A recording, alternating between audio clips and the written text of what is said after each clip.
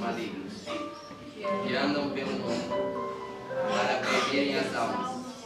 Assim seja. Amém. Entregamos a Nossa Senhora cada palavra dessa direção espiritual e o coração de todos que vão ouvir. Ave Maria, cheia de graça, o Senhor é convosco. Bendita sois vós entre as mulheres, e bendito é o fruto do vosso ventre, Jesus. Santa Maria, Mãe de Deus, rogai por nós, pecadores, agora e na hora da nossa morte. Amém.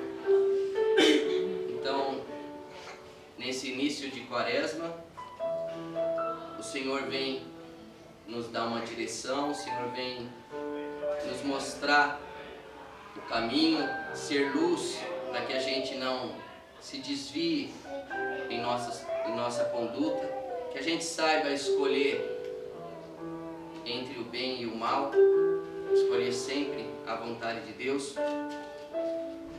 E esse tempo de Quaresma é um tempo de reflexão, de penitência, é um tempo de encontro com o Senhor, mas não é um tempo de tristeza,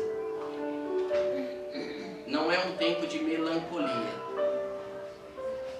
E, infelizmente,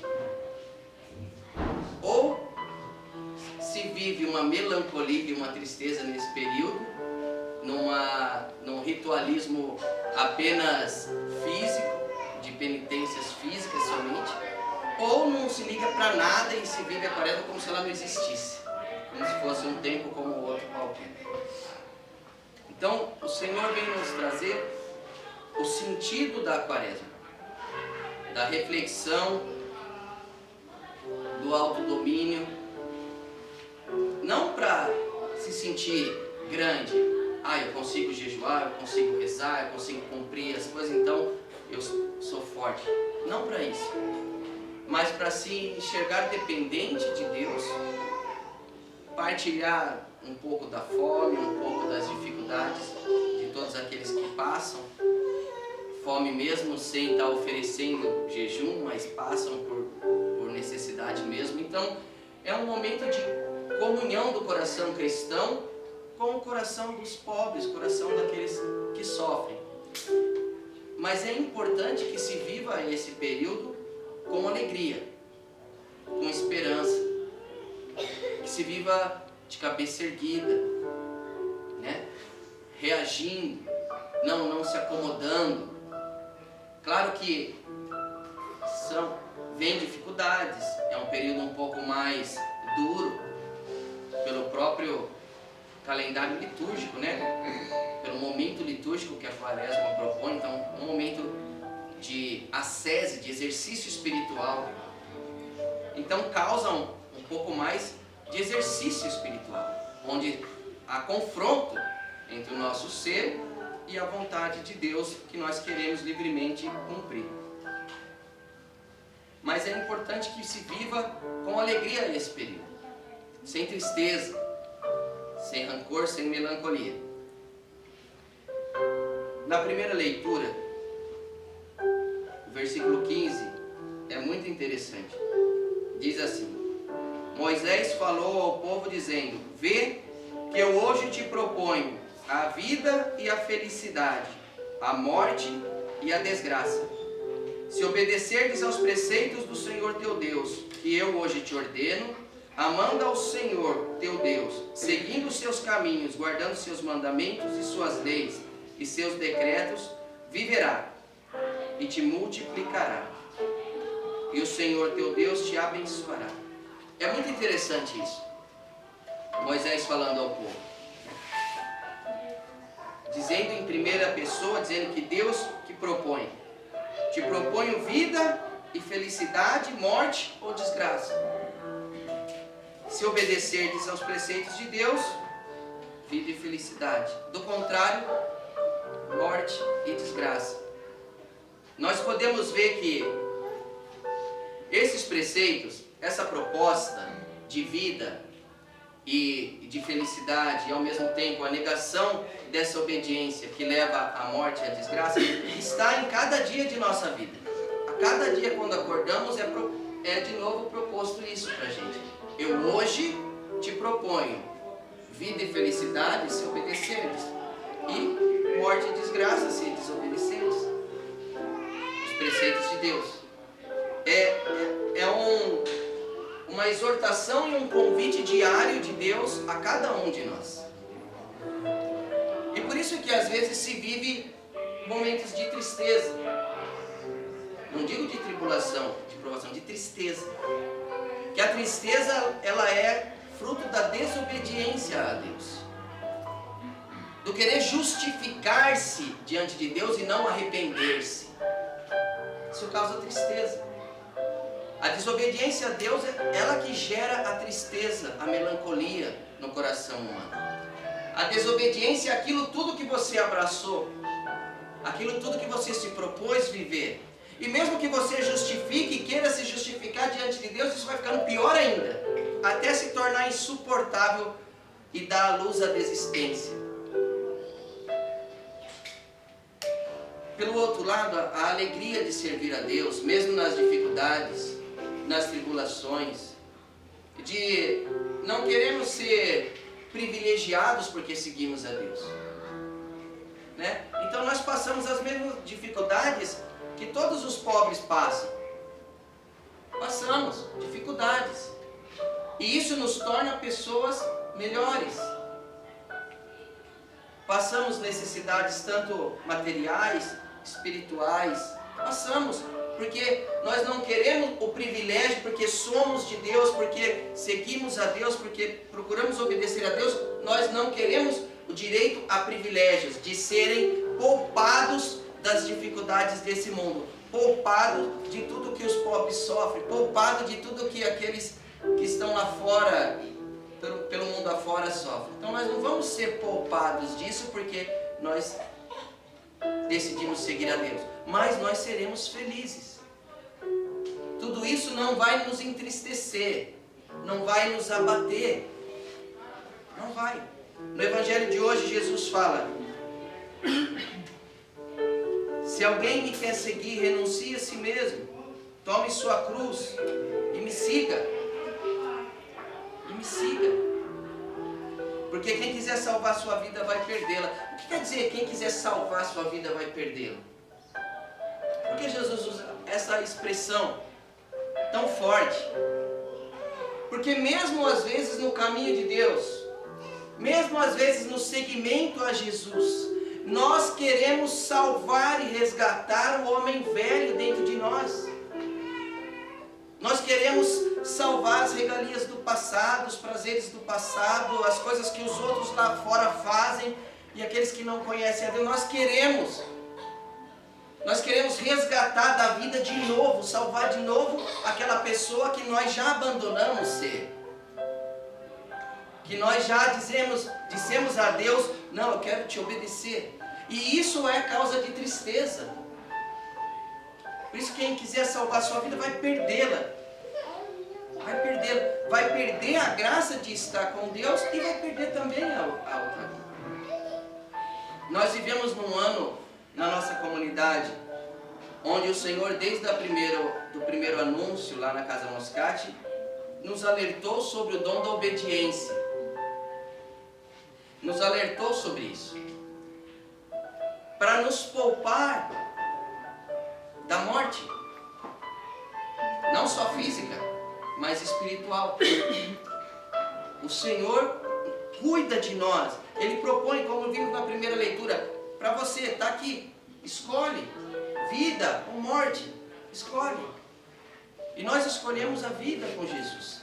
Então não podemos querer resgatar e salvar essa pessoa antiga que nós já sepultamos. E é isso que causa a tristeza. São estes sonhos que te impedem de sonhar o sonho de Deus para você e ser feliz. Quando esses sonhos com a vida passada ou com um futuro que nem vai acontecer, mas esses sonhos te iludem, te tiram a alegria, te tiram a felicidade, te roubam a paz, te dão a morte. E Satanás é especialista em enganar. É especialista. E é impressionante como ainda hoje se cai na lábia dele. Se troca por causa de prazer, de poder, de expectativas que nunca vão se cumprir. Se troca por uma aventura, um segmento concreto com Jesus. Como se a nossa vida fosse durar muito, né? Teve um caso, uma vez, na nossa comunidade, em que eu orientei um filho desta comunidade a uma obediência simples. E Satanás o orientou a uma desobediência, prometendo a ele que se ele saísse, que ele ia encontrar o amor da vida dele, que ele ia ser feliz, que isso, que aquilo, prometendo, e ele decidiu resgatar, salvar esse personagem antigo que ele já tinha renunciado. Em contrapartida, a minha voz, em nome de Deus, o chamava a perseverança. Alertei pessoalmente ele os riscos. Alertei pessoalmente que Satanás o esperaria na esquina. Porque ele só quer iludir. Depois é como um homem que quer caçar um passarinho. Ele vai colocar ali uma arapuca, um alçapão. E vai colocar dentro do alçapão o alimento que o passarinho gosta. Ele vai colocar lá o alpiste. Dependendo do pássaro que ele quiser caçar, ele vai colocar o que aquele pássaro gosta. Ele não vai colocar o que o pássaro não gosta. Então ele vai atrair aquele lá por aquilo que ele gosta, por aquilo que para ele é prazeroso, por aquilo que parece ser bom. Só que entrou no alçapão, ele se fecha. E aí já perde a liberdade. E nem aquele pequeno alimento ele não tem mais. E depois se encontrou, nesse caso que eu estava dizendo, se encontrou a tragédia. Se encontrou a tragédia. O caminho da desobediência, escutem isso, mas não escutem só com os ouvidos, escutem com o coração. O caminho da desobediência leva à morte, leva à tragédia. A desobediência foi capaz de criar um inferno. E Deus propõe para nós na liturgia de hoje: te dou vida ou morte, você escolhe. A obediência nos traz alegria e felicidade e vida. No meio de todas as provações, no meio de todas as tribulações. Só que a desobediência, além de todas as tribulações, além de todas as provações que ela vai trazer, ainda vai trazer a melancolia, a tristeza e a morte. Provações, o justo e o injusto passam. Todo mundo passa. Uns mais, outros menos. Todo mundo passa. Se a gente conseguir em Deus enxergar isso como caminhos para crescer, como o Papa Emérito Bento XVI dizia, que não é o desviar do sofrimento que completa o homem, mas o enfrentar o sofrimento e nele crescer. É isso que nos faz pessoas melhores, mais maduras, mais casca grossa, né? Que aguente mais. E também nos dá uma visão do sofrimento dos outros. Quando você passa por um sofrimento e esse sofrimento te consome, depois que você o supera, ou mesmo durante ainda a sua luta, você encontra outro alguém com aquele mesmo problema, você se enche de compaixão, você não vai julgar. Você não vai falar, isso está te acontecendo, por que você está fazendo isso? Isso está isso, por causa... Não, porque você se enche de compaixão, porque você é o primeiro a experimentar também tudo aquilo. Então você vai dizer, força, força, vai dar certo. Suporta, tolera, resiste. E isso vai nos tornando pessoas mais parecidas com Jesus. Seguidores de Jesus de fato. É isso que Deus busca no meio de nós, na igreja. Principalmente nesses tempos difíceis que a igreja vive hoje. É triste a gente ver que nos próprios eventos católicos, eventos até de comunidades pobres como a nossa, ainda se tem aquele cacoete antigo, mundano, de fazer as coisas conforme o mundo manda e não conforme a Deus. Porque não querem de verdade acreditar no Evangelho, não querem de verdade lançar a vida no Evangelho. Então que nossa comunidade, nessa quaresma, medite isso, né? Que nós ouvimos na primeira leitura. Te proponho vida ou morte. Você escolhe. Só que tanto um contra o outro, o caminho tem consequências. Tem consequências. Então escolham a vida. Escolham o lado de Jesus. Escolham ouvir quem de verdade vos ama. Quem de verdade quer o vosso bem. Que é Deus. Que é aquele que de fato quer que a gente viva e seja feliz. Não apenas que a gente satisfaça a nossa carne, mas que a gente seja feliz. O homem se torna escravo de tudo aquilo que o submete. Quando a carne e os prazeres da carne submete a alguém, ele é escravo desse prazer. Ele não tem mais liberdade de dizer, vou fazer ou não vou fazer. Ele é escravo desse vício. Ele é um pássaro que foi pego no alçapão por causa do seu apetite. E de lá não sai mais, se não se converter a Deus, se não pedir que Deus de novo dê a ele liberdade. Que a gente leve muito a sério essa proposta nessa quaresma. Na nossa vida, nas nossas casas. Que nossas casas sejam lugares onde Deus é adorado de fato.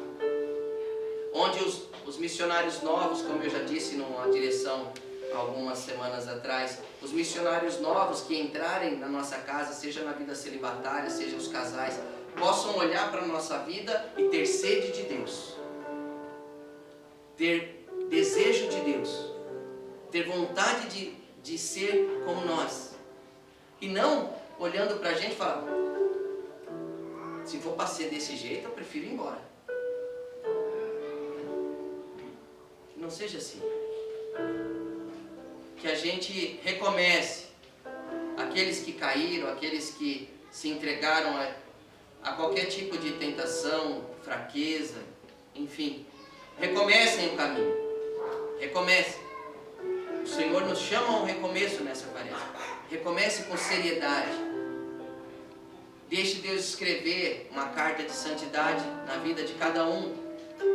E todos os outros missionários das outras regiões que vão assistir esse vídeo. Recomece. Transforme nossas casas num reflexo do paraíso. Não num reflexo do inferno, não num reflexo da apostasia. Mas seja de fato, quem olhar para nós, quem olhar para um consagrado e tiver desejo de ser consagrado, queira de verdade ser como vocês. Que olhe para a irmã Maria e fale, nossa, eu quero ser como a irmã Maria, eu quero ser como a irmã Brígida. Que os casais possam olhar para os casados e dizer, eu quero ser como o Aldo, quero ser como o Tó. Os sacerdotes possam olhar, aqueles que querem ser sacerdote, quero ser um sacerdote como o Padre Rocha, como o Padre Sérgio. Que a comunidade como um todo busque a santidade de verdade. Levante, reaja e busque de verdade que nossas casas sejam um sacrário de Deus. Louvado seja nosso Senhor Jesus Cristo.